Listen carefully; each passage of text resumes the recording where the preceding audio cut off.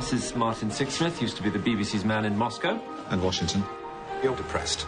Well, I got the sack. I'm unemployed. Yes, but it wasn't your fault, was it? That's why I'm depressed. What are you working on at the moment? I know this woman. She had a baby when she was a teenager. She's kept it secret for 50 years. You're talking about the human interest story, and I don't do those. Why not? You think I should do a human interest story? Try hard, Leon. I try hard not to be racist against nuns. Wait, they're racist? Wait, are nuns a race? Can I use that? Are they a race? Can I use that? Yeah, nuns are a race. Yeah. They're black. But they're white, too. But they're white, too. A bit white. I try not to dislike nuns, man. Why don't you just taper off? Like, hate penguins for a while. Penguins are better than nuns, man. Penguins at least treat their children right. Yeah. Nuns are, I tell you, I've seen too many movies. And I feel bad because I don't know any nuns and don't want to know them. You haven't seen the nun movies I've been watching. Yeah, man. I don't, Dirty kind. That's kind of... Jesus. Okay, you know what? Those nuns are, right? Hurt me that way. Yeah. Change your whole perspective. I don't know. Maybe I'm coming out of left field with this, but I don't think it's right to judge a whole group of people based on a few movies that you saw. And stop making movies that make me think that way. I can't stand it, man. Yeah, it's making me so angry. It is funny where you're like, you keep thinking about, wow, all those movies we saw in the past, usually comedies based on, that basically would mention nuns, like boarding schools. Yeah. With like, Catholic schoolgirls in heat or trouble. But the nuns are always evil, vicious, like beating the shit out of everybody. And you're like, oh, what cartoons. Yeah, I know. You're like thinking, man, was it really like that? And then when you watch when you watch this movie, you're like, oh, fuck, it was. Yeah, it's even worse. It's way worse. It's worse. Yeah, it's way worse. When you see a movie about nuns that mistreat people, not just people, children. Mm-hmm. I mean, movies like this movie that we see right here, Philomena. Mm-hmm. What was that other movie that we saw? I didn't see it. You saw it. What was it? Geez, I can't remember. Was Emily Watson in that one? Yeah, it was some movie where these nuns were being abusive to these girls. A movie like that. Somebody will tell me what it is. Other movies like Sister Act and Sister Act 2. I can't take it. You're not thinking about Quills, are you? No. No, I'm not thinking- Quills. So it was in No, there. that was no. It was the Magdalene sisters or something. Oh, like yeah, that. yeah. Man, they did. Yeah, there's a whole category of film for nuns just being shitty. Mm-hmm. Now that flying nun, she was all right. Yeah, come on, man. Sally Field, she was the cutest. Yeah, but She's a great babysitter. but if a nun ain't flying, I ain't trying to hear it, man. And you're probably saying, well, Corey, what's this movie about? This movie, Philomena, that's got you so upset. Leave nuns alone. What's this? All I see is... Yeah, I seen a poster with Steve Coogan Steve Coogan? and Judi Dench looking like a funny old lady. That's what you think going into it. Because I saw the trailer. I thought... That sounds wacky adventures. Every They're probably time- going on a road trip or something. See, Steve Coogan, when he's over in Britain, he's serious, man. He's doing, he's serious, Steve Coogan. When he's coming over here, he's doing Night at the Museum and some other stupid He's shit. doing the most he's goofy as shit. He's doing the goofy He's trying to wreck his career over here. He's just trying to get a check. Yeah. He's like, I got a Coke deal to pay. What do you want me to do? You want to put on his hat? A free trip to the States. So you see Steve Coogan and you're thinking, oh, it's adorable, funny old Steve Coogan. Then you see Judi Dench, and we see Judi Dench being serious. But in this trailer, she's romping around America, and she's she doesn't know that much about us except that Mexicans kidnap people and black men like to dress up in fat suits and make movies like Big Mama House. You're thinking, oh, this is adorable. No, and I thought that too. I went in and thought, oh, I can't wait to see this fun romp in America. Oh, yeah. You find out that this is actually, I knew nothing about it. I'm going to have to look at some notes right here to tell you exactly what's going on here. Mm-hmm. This is actually based on an investigative book by a guy named Martin Sixsmith. Mm-hmm. And the title of the book is The Lost Child of Philomena Lee. And that lost child is actually a child that was taken away from Philomena Lee, played by Judi Dench here. And Martin is played by Steve Coogan. Mm-hmm. And it turns out that she's an orphan girl who's being raised Irish Catholic. She's pretty much being raised in a school. Mm-hmm. And because it's frowned upon for girls to get pregnant as teenagers, they take her child away and have her sign a waiver saying that she can not investigate or follow or try to seek this child out later. Yeah, it's forced adoption. It's a forced adoption, and the child is gone. The child, he is adopted by American parents, and she never sees this child again until later in life when she's in her 70s now. Yeah, in 80s actually. Really? Judi Dench don't look bad for 80. Okay. At first, I thought she was 60. I was like, If that was her real age, I don't know how old she is in real life. all of a sudden, she's hot. Yeah. She looks awesome for playing a 90-year-old old lady. 80 is the new 60. But Movies lied to me. And so Steve Coogan plays this guy who got fired from his government job. He's looking for something to do, and he's an asshole. I'm just gonna tell you right now, he's a full-out asshole, complete fucking asshole. But he's a desperate. Yeah, he's asshole. more of a prick. Okay, I guess he's both. He's kind of a smug prick. He's both. Like an asshole is like actively trying to go out and fuck people up, and he's not really Well, doing he was. that. He was. He did. No. He's right, co-host. The people who he was writing stories about. Those were the nuns. Fuck them.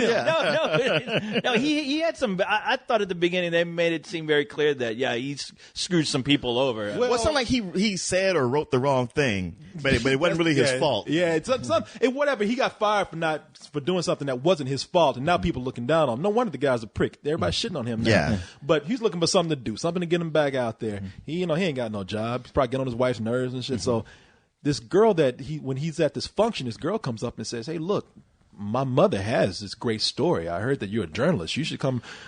You should write about it." Of course. No, he's an asshole because he's pretty much, bitch, get away from me. I don't want to do that shit. But then he goes home and is like, "Oh yeah, I ain't got no job." So anyway, all of a sudden, this wonderful story you were telling me about. Your mother sounds so nice. Her made me exactly. But yeah, and he finds out the story about her and says, "You know something? I actually I could sell this story to a publication and I get paid, but you don't know that." But he says we should go to America, look for your son, see what he's doing right now, and make a great article. And it's not just about her going to find where her son is. It's not just about evil nuns, as they say in the movie, even though those motherfuckers get on my nerves. But it's also about it's a movie about what is faith and what is lack of faith. At what point are you good with life enough to not carry hate within you and actually be forgiving? Or are you somebody who is just so cynical and sour about life that you just cannot get rid of that? And this movie addresses it's great to me because if you really look into it, it addresses both the good and the bad of both. You know, at what point are you so naive that you accept forgiveness? But at some point, what are you so consumed by anger that you cannot forgive? It doesn't tell you to feel either way. It addresses both. And I like that.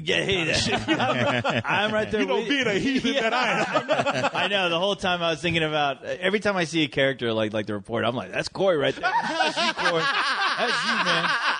I'm agnostic, but man, when you go off, you start going off. I don't do that. You start burning down the village. You're like, damn. I guess I did start this review kind of angry. Huh? Kill everyone. Kill all these fucking nuns. But you know, and that's the thing. That's the enjoyable thing. Is like it is very much The Odd Couple on a road trip. You know, with a really great story behind it. You know, a really good motive for them to be doing what they're doing, because that story within itself is just fascinating and amazing to where you want to honestly, like, when you go home and you want to look this up and read more about it. But the chemistry that these two have, you know, it is so sweet and so endearing, especially when you see both sides of the coin, especially how they deal with faith and, you know, how they treat their faith. Even though there are other things out there going, why would you ever want to be devoted to a faith that, you know, has people like this working behind it? Yeah. You know, what keeps you so into it? Why aren't you angry like I am? You know, it brings up a lot of shit like that. Yeah, co-host, why aren't you angry like I am? Yeah. Because I just don't care. You turn the vein off. I know. I just don't care. Isn't Batman on TV? but yeah, man, it brings up all these issues, and they do it in such a really good, subtle way.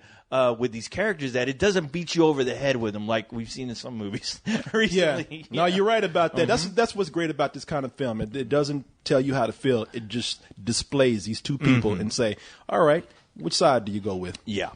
Well, I like that it does become a road trip, a hunt, and you don't really know how it's going to go. And is this a red herring? Oh, wait, this actually is a legitimate clue, and now it takes you down a different rabbit hole. I'm getting the royal treatment, Marshal. I feel like the Pope. Well, it'll save your hip. So. Is that an interesting book? I've just finished mine. Yeah, no, mine's rather dull. It's about the October Revolution, political horse trading. Oh, mine's about horses. It's about this fellow, Robert. and he's engaged to this Duchess. And he's only the son of a doctor, so he's done very well for himself. Anyway, she thinks he's as blood as ditch water. So he takes up an interest in the horses, because that way he'll get in with the upper classes. Yeah, that sounds like a real page turn. Well, you can borrow it. That's okay. No, I finished it now.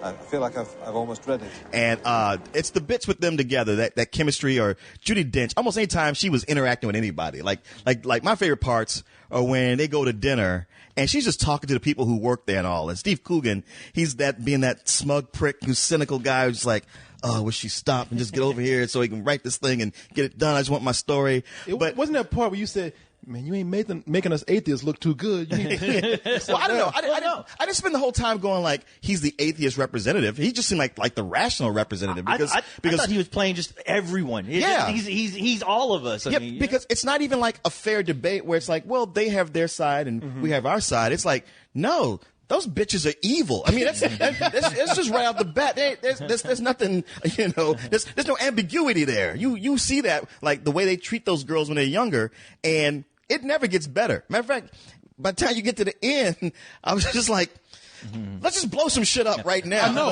And matter of fact, it's almost like, I can't talk. I just say, I left the movie frustrated. To be honest. Did you? Yes. See? And I know it was trying to say, hey, don't be like that. But I was like, no, there are exceptions. There are sometimes, most of the time I can go like, hey, you let the shit go, live your life. Living is the best revenge. And there's sometimes where it's like, no, you have crossed the line, and this will not be tolerated. So, not stand, yeah. So you didn't learn anything from this movie? No, I did not. See, she's mad at him, not me. Because I tell you something, man.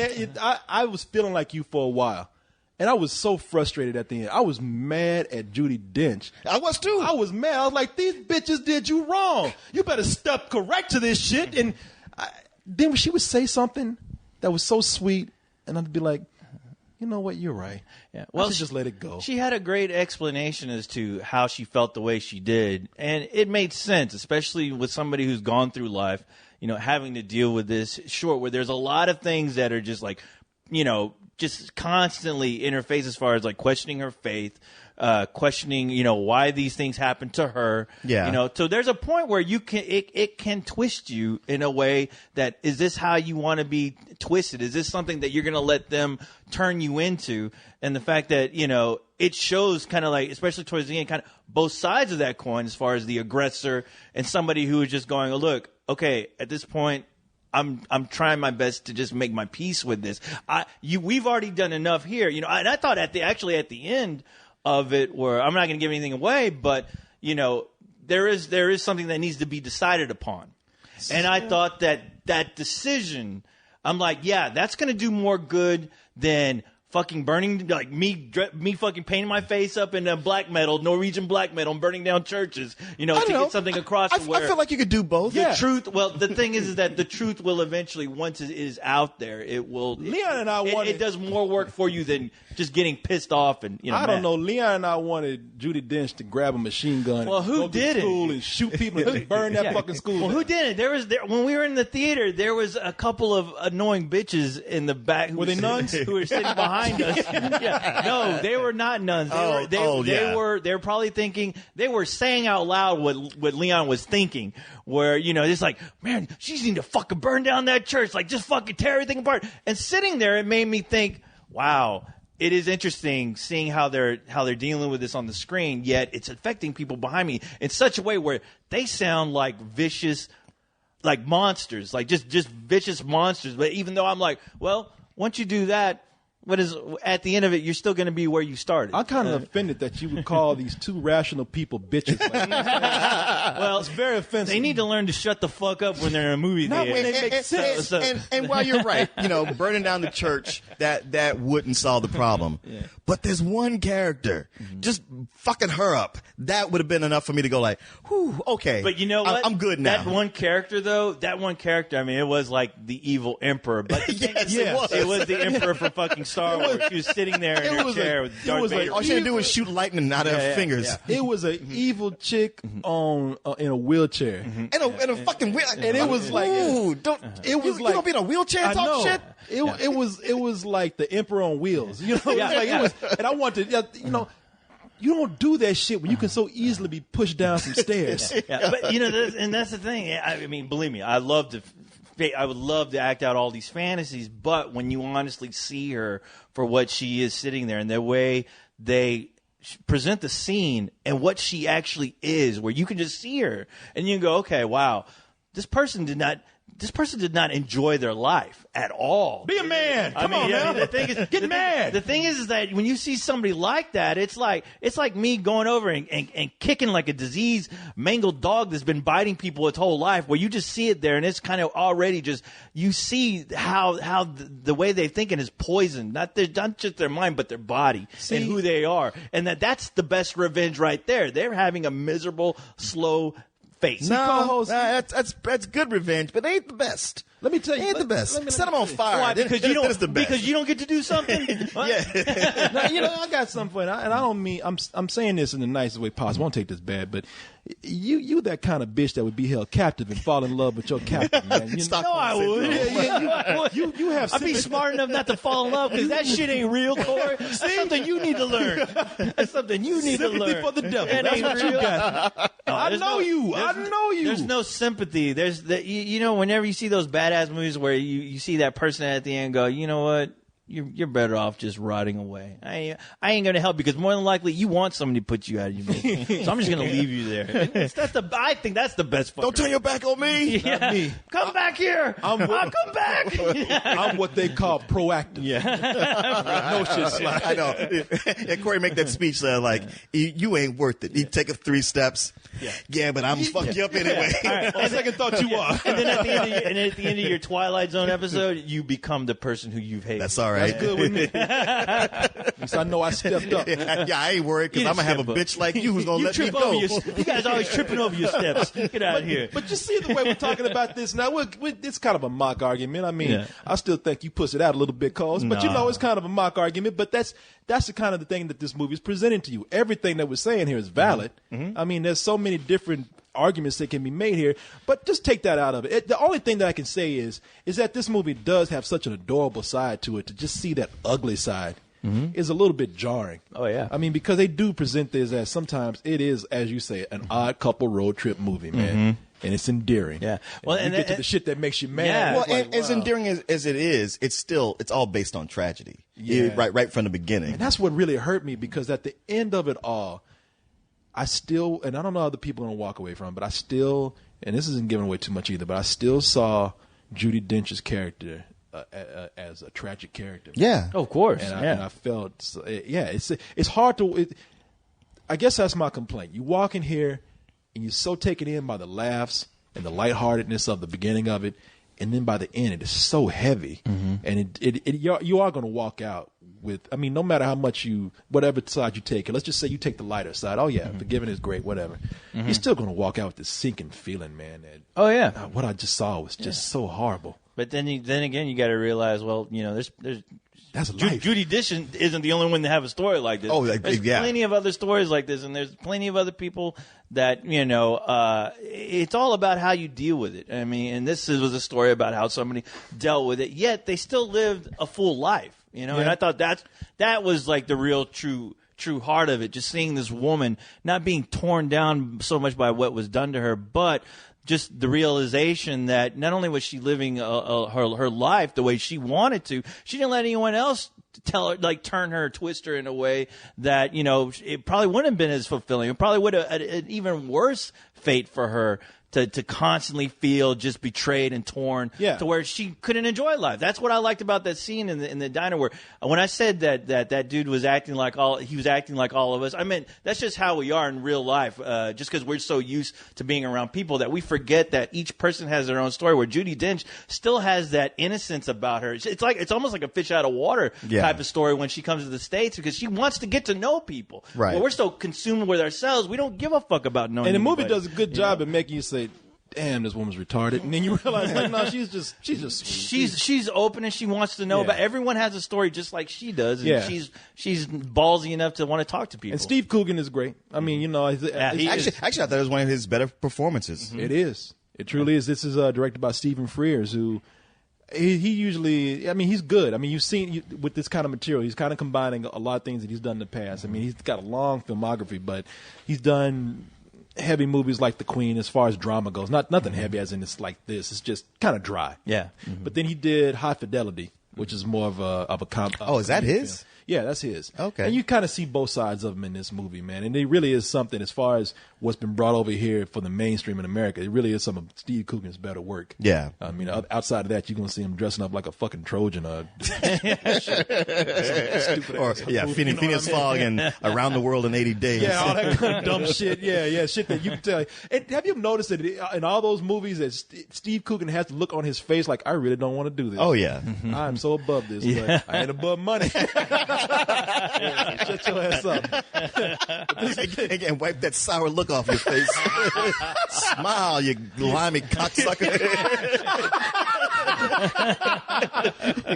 Well, yeah, man, I enjoyed this very much. It's one of those movies that comes out later in the year where you say this is what they're waiting on as Oscar bait. It is, but it's good. It's in my list. It made the list. Give it full price. For now, it's made the list. It's still got more movies coming. I got a whole stack of movies today that I haven't watched yet. Oh, you got a stack today? Because I know I got some the other day. Anyway, I liked the movie a lot. Probably not as much as you guys, because there were just some places in it where it was a little dry, a little slow. Like I'm like, man, they got some good things going, and I felt like it would just lose momentum at times. But all the stuff that's in it is great. Boy, was I frustrated by that ending. However, that's not points taken away. I say, hey, if I see a movie that made me feel something, whether it was negative or positive, it stands out. Oh, yeah. And so for me, it's more of a low full price. Yeah. Well, I'm right there with you guys. I was really taken back by the things that this movie addressed, so much so that, I mean, I was like, wow, this is a great movie to send somebody who is constantly like on that atheist thing where it's like, man, fuck all that shit, fuck all, it's a good way to like go, well, look, I mean, you can have it both ways, but you can still be, you can still have that bit of humanity. No, you can't. Trust me, this will not convince an atheist. They'll go, see? You kind of understand why people have their faith and what it does for them. Sometimes people need that. But overall, yeah, the acting was great. Just the story, like I said, the main bit of this film that we're not talking about is something so interesting that you really want to go and do your own research about it, just to see how many other people were probably affected by what a lot of things were going on that the general public had no clue about. But yeah, it's a fascinating film, great acting, and you guys need to go watch Return of the Jedi again to see what the Emperor tried to make Luke do until you see what I'm saying. Maybe Luke Skywalker bitched out too, just like me, but no, it is. But no, great movie. I hope to God some people go see this. This is one of these movies where I'm like, I can talk to fucking our Spill audience all day long. None of them going to go see this until they accidentally stumble upon it on TV or something. But no, it is a great film. Yeah, go check it out. And you're right. And this is a lot of people's story, man. And I get that. I get that. My mother actually, when I was 10 years old, she took my gerbil away. Never saw it again. I'm writing a book right now. Are you going to go search for it in another country? Your gerbil's over in England. Living like a prince. Search for Stinker. He's out there being a chef. Oh no, let him in. What if he died in Vietnam? Or lived on the street? Or what if he was obese? What makes you think he'd be obese? Because of the size of the portions. That's my Anthony. I met him. Where? At the White House. Dear God, what was he like? And did you remember anything he said? Hello. Hello. Hello. Might have been hi. Oh, Martin. I did not abandon my child. He was taken from me. She's been looking for him. She's spent her whole life trying to find him.